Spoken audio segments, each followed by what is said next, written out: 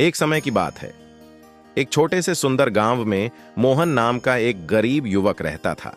उसका परिवार बहुत कठिन परिस्थितियों में जीवन बिताता था। घर कच्चा था, कपड़े पुराने थे और कई बार खाने के लिए भी मुश्किलें आ जाती थीं।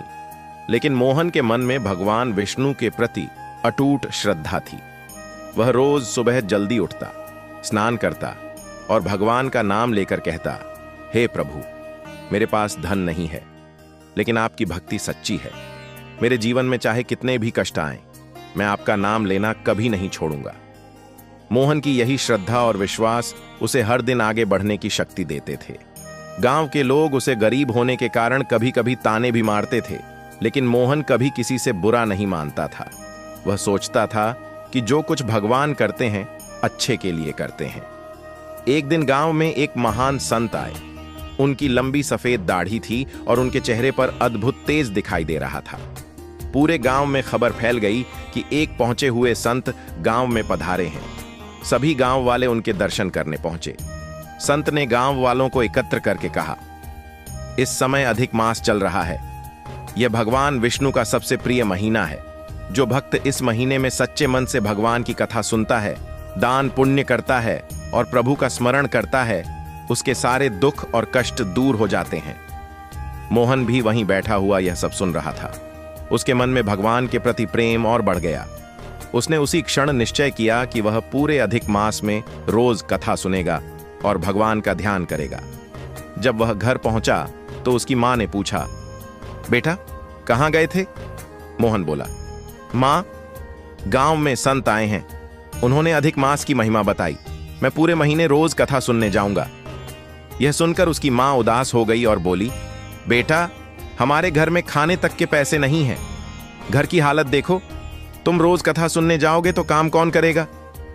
मोहन मुस्कुराया और बोला, मां, चिंता मत करो। भगवान विष्णु जरूर कोई रास्ता निकालेंगे। अगर हम सच्चे मन से उनकी भक्ति करेंगे तो वह कभी हमें निराश नहीं करेंगे। अगले दिन सुबह मोहन कथा स्थल पर पहुंच गया। वहां भगवान विष्णु की सुंदर मूर्ति स्थापित थी। मंदिर फूलों से सजा हुआ था। चारों तरफ भजन और कीर्तन हो रहे थे। पूरा वातावरण भक्तिमय हो चुका था। मोहन बड़े ध्यान से कथा सुनता रहा। कथा सुनते सुनते उसकी आंखों में आंसू आ गए। उसे ऐसा लग रहा था जैसे भगवान स्वयं उसके सामने बैठे हों। दिन बीतते गए। मोहन रोज कथा सुनता, भगवान का नाम जपता और जरूरतमंद लोगों की मदद करता।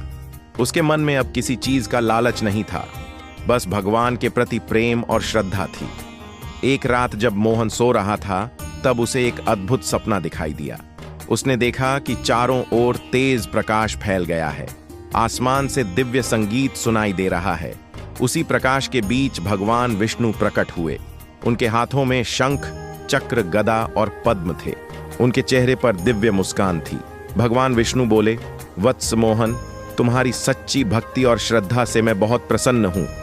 मोहन भगवान को देखकर भावुक हो गया और हाथ जोड़कर बोला, प्रभु, यह मेरा सौभाग्य है कि मुझे आपके दर्शन हुए। भगवान बोले, कल सुबह गांव के बाहर पुराने बरगद के पेड़ के पास जाना। वहां तुम्हें तुम्हारी भक्ति का फल मिलेगा।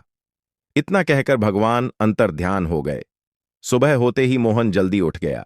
उसने स्नान किया और भगवान का नाम लेकर गांव के बाहर पुराने बरगद के पेड़ की ओर चल पड़ा।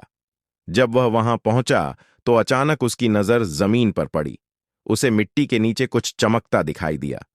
मोहन ने धीरे धीरे मिट्टी हटानी शुरू की। कुछ देर बाद उसे एक पुराना संदूक दिखाई दिया। मोहन ने आश्चर्य से संदूक खोला। संदूक खुलते ही उसकी आंखें खुली की खुली रह गईं। उसमें बहुत सारे सोने के सिक्के थे और साथ में भगवान विष्णु की एक सुंदर मूर्ति रखी हुई थी। मोहन की आंखों से खुशी के आंसू बहने लगे। वह समझ गया कि यह भगवान की कृपा है। लेकिन मोहन ने धन को केवल अपने लिए नहीं रखा। उसने गांव के गरीब लोगों की सहायता करनी शुरू कर दी। किसी को भोजन दिया, किसी को कपड़े दिए और जरूरतमंदों की मदद की। धीरे धीरे पूरे गांव में खुशियां फैलने लगीं। गांव के लोग अब मोहन की प्रशंसा करने लगे। कुछ दिनों बाद अचानक गांव में दिव्य प्रकाश फैला और भगवान विष्णु फिर प्रकट हुए। भगवान बोले, हे भक्तों, जो अधिक मास में सच्चे मन से कथा सुनता है, दान करता है और दूसरों की सहायता करता है उसके जीवन में कभी दुख नहीं रहता। सच्ची भक्ति कभी व्यर्थ नहीं जाती। यह सुनकर सभी गांव वाले भगवान विष्णु की जय जयकार करने लगे।